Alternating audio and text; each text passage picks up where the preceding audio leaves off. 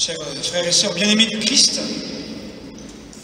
dans une semaine, samedi prochain, je pars à Rome, accompagné de pèlerinages vendéens, dont un de paroissiens de Luçon. Alors nous prendrons notamment le temps de découvrir d'immenses basiliques très richement décorées qui en imposent.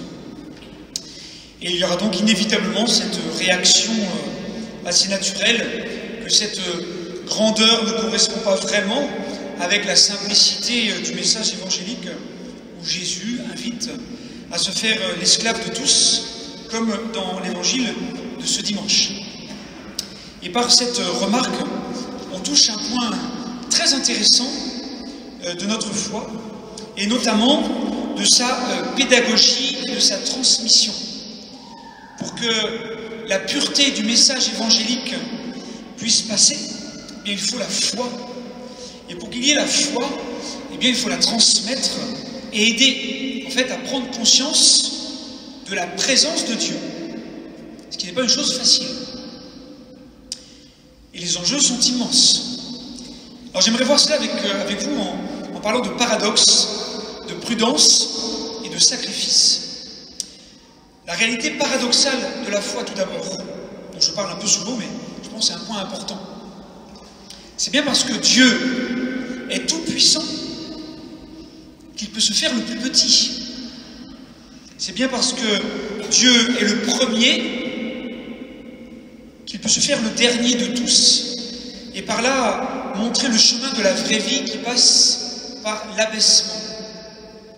Et cette réalité paradoxale de notre foi est vraiment à accueillir et à vivre concrètement. Et c'est pour ça qu'on déploie des grandeurs de basiliques ou de cathédrales, qui correspondent aussi à une époque et à un temps, et pour nous donner de prendre conscience que Dieu vient jusqu'à nous, que le monde de Dieu, le monde des anges et des saints, l'univers de la gloire de Dieu, prend chair et se rend présent au milieu de nous. C'est tellement incroyable qu'on a besoin d'éléments extérieurs, voilà, le doré, les statues, les couleurs, la magnificence, la beauté, la grandeur, etc., pour nous aider à prendre conscience de cela. Que Dieu Tout-Puissant, Dieu Créateur, s'est abaissé et se rend présent dans un petit bout de pain pour se donner en nourriture à nous, pauvres pécheurs, indignes d'un tel don, d'une telle présence, d'une telle folie d'amour. Et donc dans la foi catholique, il y a ce renversement, ce basculement total pour aller au-delà des apparences, au-delà du seul regard mondain et humain, pour aller au fond des choses et entrer, vous voyez, dans la vérité de Dieu. Vous voyez, Jésus parle souvent en parabole, avec un et même plusieurs sens cachés derrière les paraboles. Et notre foi est paradoxale. Cela pour, en fait, ne rien imposer à personne, mais au contraire, respecter la liberté de croire ou non, la liberté de suivre ou non le Christ, et nous inviter à creuser, nous inviter à susciter notre désir de la recherche de sens, le désir de la vérité, pour avancer et cheminer à la suite du Christ, qui nous montre le visage de Dieu le Père. Ça y est, cette fameuse prière de saint François d'Assise, Seigneur, fais de moi un instrument de ta paix, qui finit avec cette réalité paradoxale de notre foi, je vous la cite. Car c'est en donnant qu'on reçoit, c'est en suppliant qu'on se retrouve, c'est en pardonnant qu'on est pardonné, c'est en mourant qu'on ressuscite à l'éternelle vie. Les derniers seront les premiers. Nous voulons vivre ce paradoxe de notre foi, et alors attention au piège. Prudence donc, prudence, la prudence. Parce que les apôtres se sont fait avoir, donc ne pensons pas que nous sommes à l'abri, que nous sommes meilleurs qu'eux.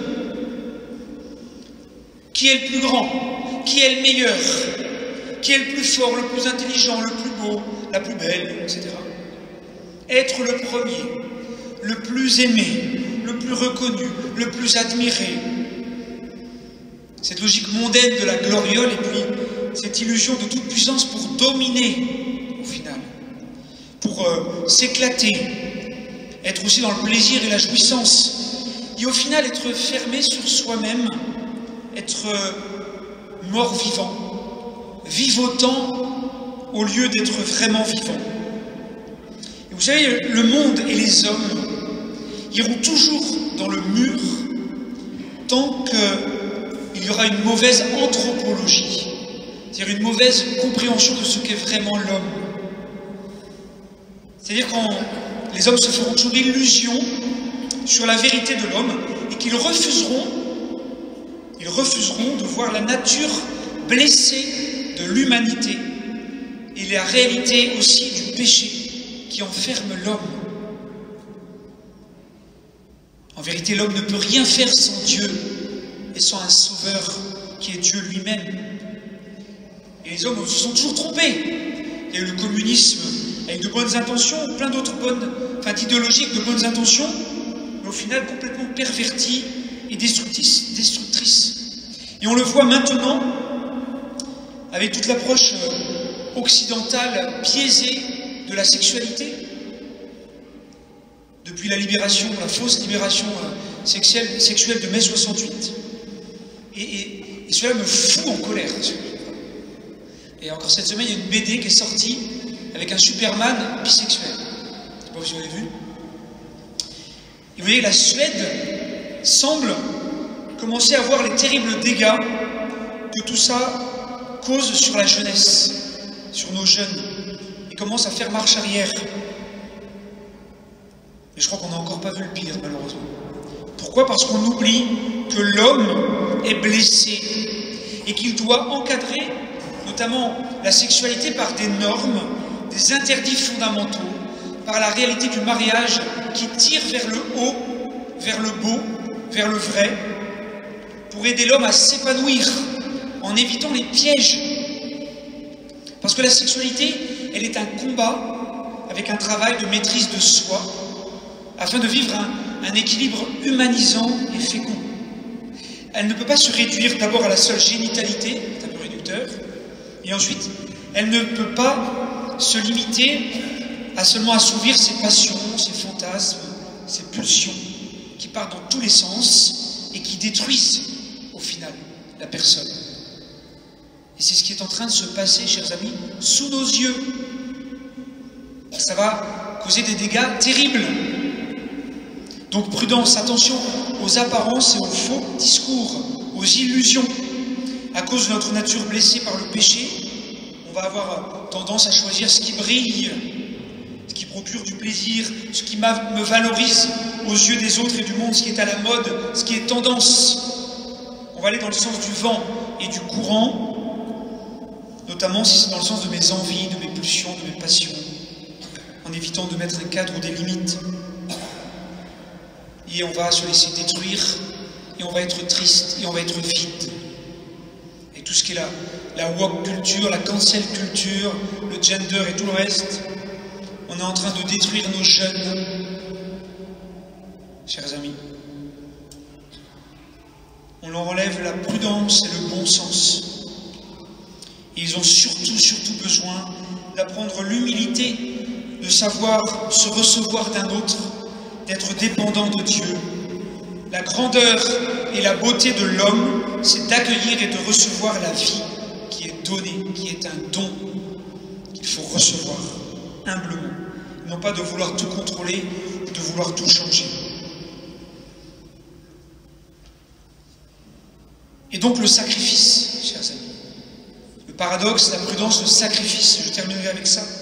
Jésus est venu pour servir et non pas pour être servi. Il est venu pour donner sa vie en rançon pour la multitude. Et il nous invite à le suivre et à l'imiter en prenant notre croix. Voilà le paradoxe fondamental. La croix n'est pas très attirante ni séduisante, et c'est pourtant là, par là, que passe la vie, la vraie, la seule, l'unique. Et l'éclate et le plaisir, ça donne envie, mais la croix, ça donne la vie. C'est beaucoup mieux. La vie, la vraie. Qui veut sauver sa vie, la perdra, et qui perdra sa vie à cause de moi et de l'Évangile, la sauvera, nous dit aussi Jésus. Il n'y a pas d'autre chemin d'épanouissement véritable ailleurs qu'en se donnant, en offrant sa vie par amour, pour être vraiment libre et vivant, et pour goûter une profonde unité de vie, une vraie paix intérieure, source d'une grande joie. Et c'est un combat à choisir et à vivre et à reprendre chaque jour. Se sacrifier. Se sacrifier. Sacrifier sa vie pour ce qui en vaut vraiment la peine, par amour et pour l'amour, pour son enfant, pour sa famille, pour sa communauté, pour sa patrie, pour Dieu. Sacrifier, c'est rendre sacré. C'est se donner pour ce qui est sacré pour moi. Se sacrifier pour la vie, c'est la rendre sacrée. Et cela se joue et se vit d'abord, chers amis, dans les petites choses du quotidien, dans les petits sacrifices de chaque jour. À commencer par offrir son temps pour la prière et le consacrer à Dieu. Sacrifier du temps pour rendre ce temps sacré en l'offrant à Dieu. Non pas d'abord pour soi, parce que ça me fait du bien, mais pour Dieu, gratuitement, pour lui. Et déjà maintenant, pendant cette messe, offrir sur cet autel, en cette Eucharistie, offrir le sacrifice de sa vie par les mains du prêtre, offrir sa vie avec le Christ au Père dans l'Esprit Saint. Oui, chers amis, sacrifions-nous avec Jésus pour laisser passer Dieu et sa grâce. Alors demandons à la Vierge Marie de nous aider à nous offrir, à nous abaisser, en ayant foi en son Fils Jésus-Christ, pour mieux le suivre, mieux l'imiter, mieux et plus vivre de sa vie.